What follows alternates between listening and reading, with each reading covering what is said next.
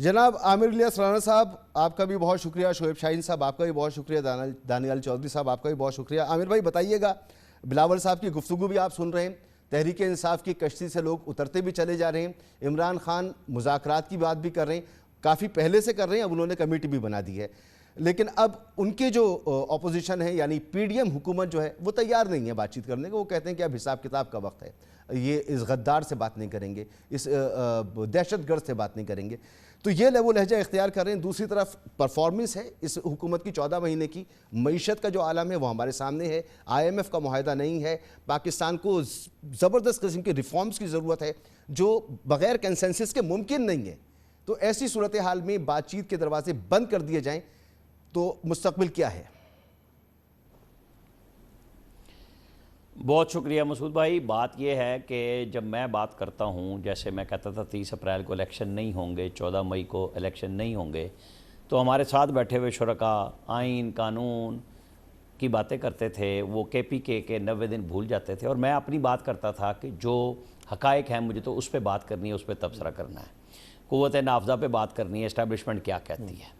نواز شریف صاحب نے دو ٹوک الفاظ میں انکار کر دیا بات چیت سے، فیصل وابڈا بھی آئے اور انہوں نے کہا جی کوئی مذاکرات نہیں ہوں گے، وہ بھی کسی کی نمائندگی کرتے ہیں آپ کو اور ہمیں پتہ ہے۔ اب اس سے پہلے کہ میں اور تبصرہ کروں، آج عمران خان صاحب کچھ جرنلسٹوں سے ملے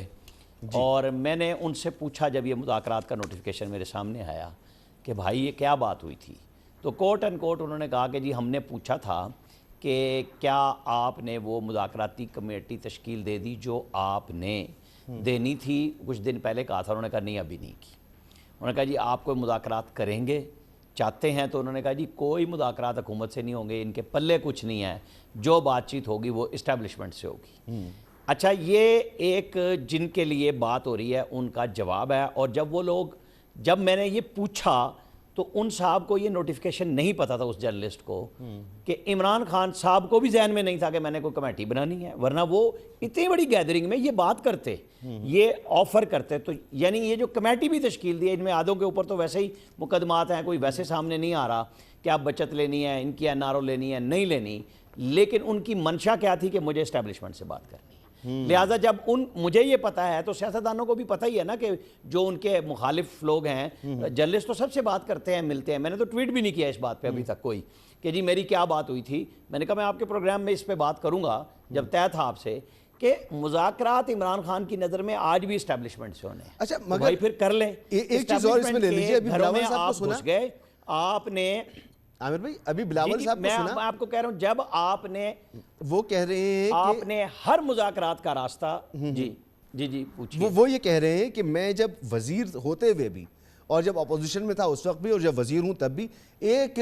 ممبر پارلیمنٹ کو باہر نہیں نکال سکا، میں بے بس تھا۔ وزیر اعظم صاحب آپ کیا کر رہے ہیں؟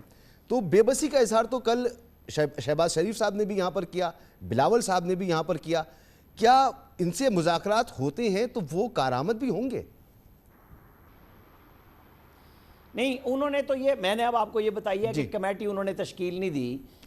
حکومت سے مذاکرات کے لیے، مطلب لیٹسٹ بات بتا رہا ہوں نا آپ کو، انہوں نے دی ہے اسٹیبلشمنٹ سے، تو کر لیں۔ اسٹیبلشمنٹ نے تو بڑا کھلا سٹانس کیا ہے، آپ نے بات کرنی ہے تو پرائم منسٹر سے کیجئے۔ کیا صدر عارف علوی نے پورا زور نہیں لگایا ہر طرح سے کہ کسی طریقے سے وہ پرانی محبت ڈھونڈ رہے ہیں، ان کو حقائق کی طرف آنا نہیں آ رہا۔ 9 مئی کو آپ وہاں لے گئے اسٹیبلشمنٹ کو، جہاں سے اب آپ کو جواب آ رہا ہے کہ جی اب آپ کے لیے یہ راستے ہیں،